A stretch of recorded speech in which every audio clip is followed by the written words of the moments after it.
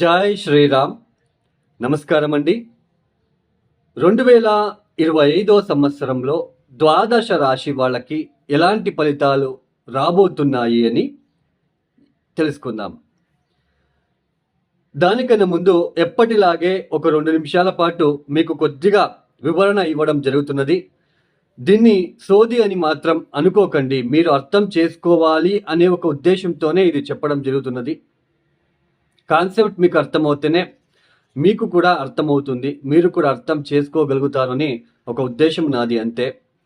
ఇక్కడ చూడండి, ముఖ్యంగా మనకి ఈ సంవత్సర ఫలితాలు అనేవి దీర్ఘకాలిక గ్రహ సంచారం ఏదైతే ఉన్నదో, అంటే గురు, శని, రాహు, కేతుల ఒక సంచారాన్ని బట్టి మనము సంవత్సర ఫలితాలు అనేది మనము చెప్పుకుంటున్నాం. ఈ మాస ఫలితాలు వచ్చేసి, అంటే మంత్లీ ఒకసారి ఫలితాలు వచ్చేసి, ఈ మిగతా గ్రహాలు ఏదైతే ఉందో నెలకి ఒకసారి మారే గ్రహాలు. తర్వాత చంద్రుడు 2.5 రోజులకు ఒకసారి మారుతాడు. తర్వాత ఈ ఒక కుజుడు 45 రోజులకు ఒకసారి మారుతాడు. ఇలా ఈ ఒక గ్రహాలని బట్టి మనము ఈ మాస ఫలితాలు అంటే మంత్లీ రిజల్ట్స్ అనేది చెప్పుకుంటున్నాం. అయితే ఈ ద్వాదశ రాశుల వాళ్ళందరికీ కూడా, అంటే ఈ సంవత్సరంలో 2025 సంవత్సరంలో ఈ ఒక రాశి వాళ్ళకి అద్భుతమైన ఫలితాలు అని మనం చెప్పుకుంటున్నాం. అయితే అందరికీ కూడా అలాగే ఉంటున్నదా? ఇప్పుడు వృషభ రాశి వాళ్ళకి 2025 సంవత్సరంలో చాలా అద్భుతంగా ఉంటుంది. 2025 సంవత్సరం మొత్తం కూడా వృషభ రాశి వాళ్ళకి చాలా బాగుంటుంది. అయితే వృషభ రాశిలో పుట్టిన వాళ్ళందరికీ కూడా ఒకేలాగా ఫలితాలు అందరికీ కూడా బాగా ఉంటుందా? అలా ఉండదండి.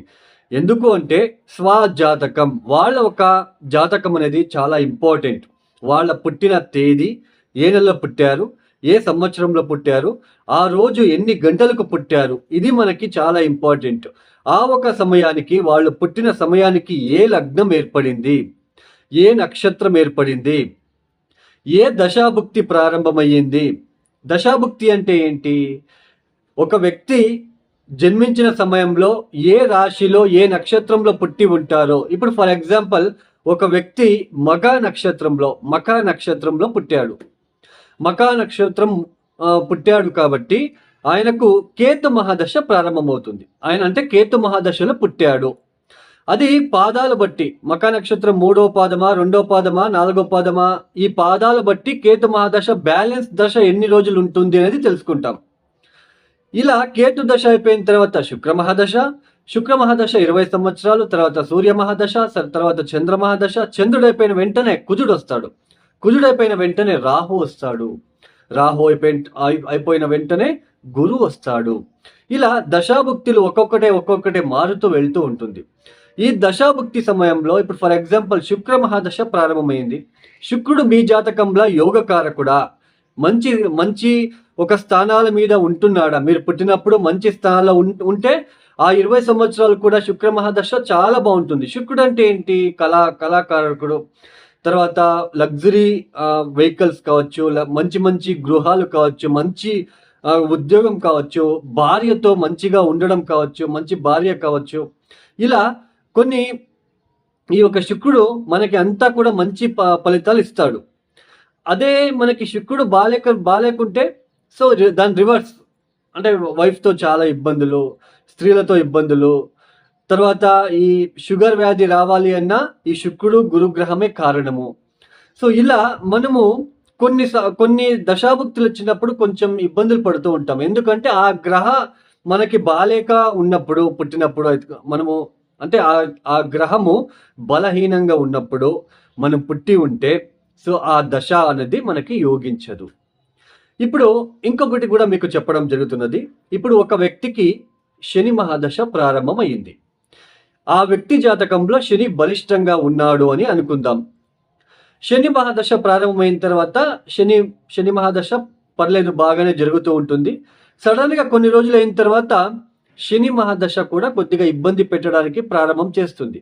ఎందుకు అని మనం ఎట్లా చెక్ చేసుకోవాలి అంటే, గోచారంలో శని ఎక్కడ ఉన్నాడు, ఆ శని ఆ స్థానానికి ఎన్ని అష్టకవర్గ బిందువులు ఇచ్చాడు అని మనం తెలుసుకుంటే అప్పుడు మనకి ఈజీగా అర్థమైపోతుంది. ఇప్పుడు ఫర్ ఎగ్జాంపుల్ వృషభ లగ్నం, వృషభ రాశి వాళ్ళకి ఈ లాభస్థానంలో శని సంచారం చేస్తున్నాడు. అంటే మార్చ్ అంటే 2025 మార్చ్ తర్వాత లాభస్థానంలో శని యొక్క సంచారం జరుగుతున్నది. ఈ శని లాభస్థానంలో వచ్చినప్పుడు నవమాధిపతి దశమాధిపతి లాభస్థానంలో అంటే ఉద్యోగంలో అభివృద్ధి, వ్యాపారంలో అభివృద్ధి, మంచి ఆర్థిక అభివృద్ధి అనేది చూస్తాం. బట్ అందరికీ కూడా వృషభ రాశి వృషభ లగ్నంలో పుట్టిన వాళ్ళు అందరికీ కూడా సేమ్ ఫలితాలు వస్తాయా? కాదు. లాభస్థానంలో శని ఎన్ని బిందువులు ఇచ్చాడు దాని మీద ఫలితాలు అనేది వస్తాయి. ఒకవేళ 0, 1, 2 ఇచ్చి ఉంటే ఆదాయం తక్కువగా ఉంటుంది, ఇబ్బందులు ఉండవు, బట్ తక్కువ ఉంటుంది. ఆయన ఇచ్చే ఫలితాలలో తక్కువ ఇచ్చేస్తాడు అంతే. సో ఇది అండి దశాభుక్తి. ఒక దశాభుక్తి జరుగుతున్నప్పుడు ఆ దశాభుక్తి, ఆ దశకి సంబంధించిన గ్రహము గోచారంలో ఎక్కడ ఉంది అది కూడా మనం చూసుకుంటే అప్పుడు మనకి ఈజీగా మనకి అర్థమవుతుంది అనే ఇక్కడ నా ఒక వివరణ. చూడండి, ఇప్పుడు 2025 మార్చి 30వ తేదీ 7 గ్రహాలు మీన రాశిలో కలవబోతున్నారు. మనకి కరోనా కన్నా ముందు పంచగ్రహ కూటమి ఏర్పడింది. ఇప్పుడు ఏకంగా 7 గ్రహాలు మీనరాశిలో కలవబోతున్నారు. అంటే కాలపురుష చక్రం నుంచి 12వ స్థానం అవుతుంది మీనరాశి. ఈ మీనరాశి 12వ స్థానం. మీనరాశికి అధిపతి ఎవరు? గురువు. గురువు అంటే నో లిమిట్. ఆయన ఇచ్చే ఫలితాలలో లిమిట్ అనేది ఉండదు. అది ఆధ్యాత్మిక పరంగా కావచ్చు, డబ్బు విషయంలో కావచ్చు. గురువు అంటే ఇస్తూనే వెళ్తూ ఉంటాడు. అంటే there is no limit in 12th house. గురువు కాబట్టి గురువు ఇచ్చే ఫలితాలు. అప్పులు ఇస్తాడా? అప్పులు ఇస్తూనే ఉంటాడు. రోగాలు ఇస్తాడా? రోగాలు ఇస్తూనే ఉంటాడు. అంటే మన జాతకంలో గురువు బలహీన పడినప్పుడు అలాంటి ఫలితాలు. గురువు బాగుంటే డబ్బు ఇస్తూనే, అభివృద్ధి ఇస్తూనే వెళ్తూ ఉంటాడు. అంటే దెర్ ఇస్ నో లిమిట్. గురువు స్థానంలో శని వెళ్తున్నాడు. శని అంటే ఏమిటి? Restriction planet. ఇంతే కావాలి, ఇంతే.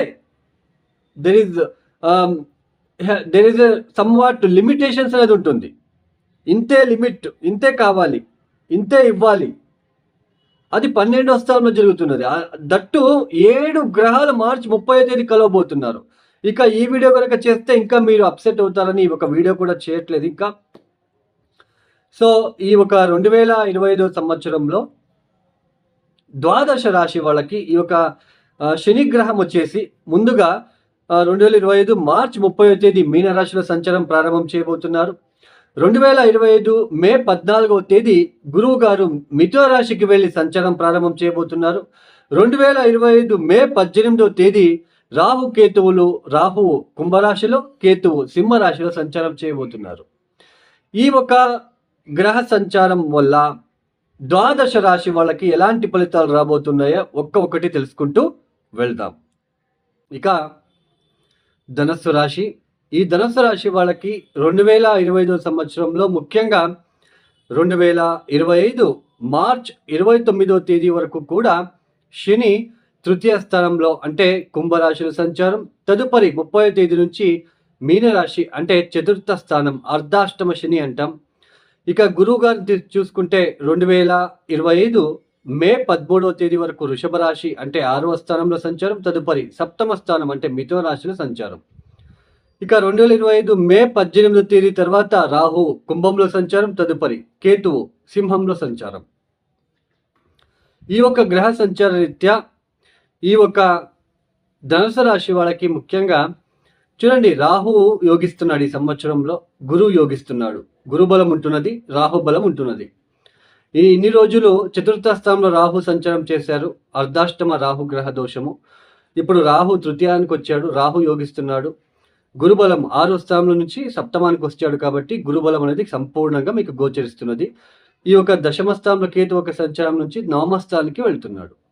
ముఖ్యంగా ఈ సంవత్సరంలో చూడండి, శని మహాదశ గనక లేదా శని అంతర్దశ గనక మీకు జరుగుతుందా లేదా తెలుసుకోండి. శని అంతర్దశ, శని భుక్తి ఇవన్నీ ఏమీ జరగట్లేదు. ఏ గురుగ్రహ దశనో గురుభుక్తినో జరుగుతూ ఉంది అంటే పెద్దగా పట్టించుకోవాల్సిన అవసరం లేదు. ఓకేనా? సో శని మహాదశనో శని భుక్తినో జరుగుతూ ఉంటే ఇప్పుడు అర్ధాష్టమ శని కూడా జరుగుతున్నది. అర్ధాష్టమ శని అంటే ఏంటి? చతుర్థ స్థానంలో శని. చతుర్థ స్థానం అంటే ఏంటి? మానసిక హ్యాపీనెస్, కంఫర్ట్, మన ఇంట్లో అన్ని కంఫర్ట్ ఉన్నాయా లేదా, అన్ని వస్తువులు ఉన్నాయా లేదా, మనం కంఫర్ట్గా జీవిస్తున్నామా లేదా, వెహికల్ ఉందా లేదా, మన జీవితంలో వెహికల్, కారు కొనుగోలు చేయగలమా లేదా, బైక్ కొనుగోలు చేయగలమా లేదా, తర్వాత మాతృస్థానం కూడా అంటాం, తర్వాత గృహస్థానము, ల్యాండ్ రిలేటెడ్ స్థానము. ఈ స్థానానికి రిస్ట్రిక్షన్ ఇచ్చే ప్లానెట్ శని. అంటే ఏంటి? Restriction planet. వెళ్ళి చతుర్థానికి వెళ్తున్నారు. చతుర్థానికి వెళ్ళినప్పుడు ఒక రిస్ట్రిక్షన్ ప్లానెట్. శని సుఖాన్ని ఇచ్చే గ్రహం కాదు, ఆల్మోస్ట్ కొద్దిగా కష్టం పెట్టి ఆనంక సుఖాన్ని ఇచ్చే గ్రహం. రిస్ట్రిక్షన్ ప్లానెట్ వెళ్ళినప్పుడు ఆ కంఫర్ట్కి రిస్ట్రిక్షన్ ఏర్పడుతూ ఉంటుంది, ఆ హ్యాపీనెస్కి రిస్ట్రిక్షన్ ఏర్పడుతూ ఉంటుంది. తర్వాత మాతృవర్గానికి సంబంధించిన తల్లి ఆరోగ్యం విషయంలో రిస్ట్రిక్షన్స్ ఏర్పడుతూ ఉంటుంది. తర్వాత అంటే ఇబ్బందులు, స్ట్రగల్స్. తర్వాత వాహనం రీత్యా, తర్వాత ఇల్లు కొనుగోలు చేయాలి, అమ్మాలనుకున్న వాళ్ళకి రిస్ట్రిక్షన్, ఒక ఆటంకాలు ఏర్పడుతూ ఉంటాయి. ఇది సంవత్సరం పూర్తిగా అలాగే ఉండదండి. కొన్ని మీకు గ్రహ దశ భుక్తులు జరుగుతూ ఉంటాయి, అవి మార్పు చెందులో జరుగుతూ ఉంటాయి. కాబట్టి ఆ వాటిని చూసుకుంటే మంచిది. ఒకవేళ ధనుసు రాశి వాళ్ళు గుర్తుపెట్టుకోండి, చతుర్థ స్థానానికి వెళ్ళి సంచారం చేస్తున్నాడు కదా, ఆ చతుర్థ స్థానంలో ఏ 0, 1, 2 ఇచ్చి ఉంటే చాలా ఇబ్బందులు, ఒడిదొడుకులు ఫేస్ చేయాలి. అటు మానసిక పరంగా, ఇటు ఉద్యోగ పరంగా, వృత్తిపరంగా కూడా మీరు ఇబ్బందులు ఫేస్ చేయాల్సిన ప్రమేయం ఏర్పడుతూ ఉంటుంది. అయితే ఈ బిజినెస్ చేసేవాళ్ళు, బిజినెస్ ఎక్స్పాన్షన్ చేసేవాళ్ళు, పెళ్లి కాని వాళ్ళకి ఇవన్నీ కూడా బాగానే కలిసి వస్తాయి. ఇవన్నీ కూడా బాగానే ఉంటుంది. వ్యాపార రీత్యా, మెయిన్ వ్యాపార రీత్యా బాగా ఉంటుంది, బాగా లాభసాటిగా ఉంటుంది. మీకు ఏమైనా డబ్బు రావాల్సిన ఉంటే, ఏమైనా డబ్బు వెనక ఎవరికో ఇచ్చి ఉన్నా అని ఇప్పుడు రావాలి అంటే అది ఖచ్చితంగా మే తర్వాత వస్తుంది. వివాహానికి ఇది మంచి సమయము. భార్యాభర్తల మధ్య అనుబంధం పెరుగుతుంది. తర్వాత ఇవన్నీ కూడా బాగానే ఉంటుంది, పెద్దగా డిస్టర్బెన్సెస్ ఏది కనిపించదు. కమ్యూనికేషన్ ఏర్పడుతూ ఉంటుంది.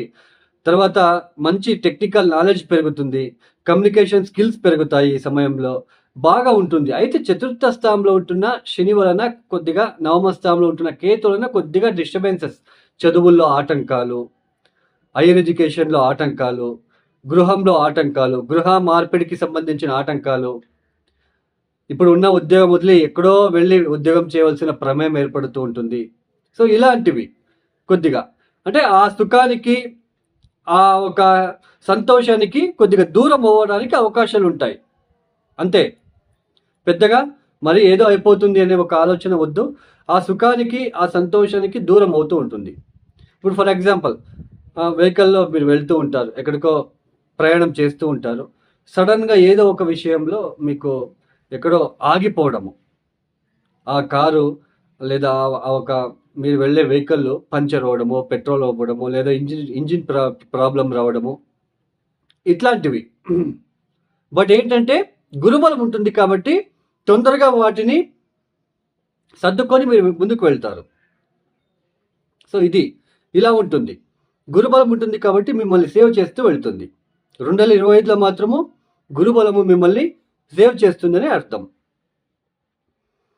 సో ఇది అండి ధనుసు రాశి వాళ్ళకి. పెద్దగా మీరు థింక్ చేయకుండా దశాభుక్తి చూసుకోండి.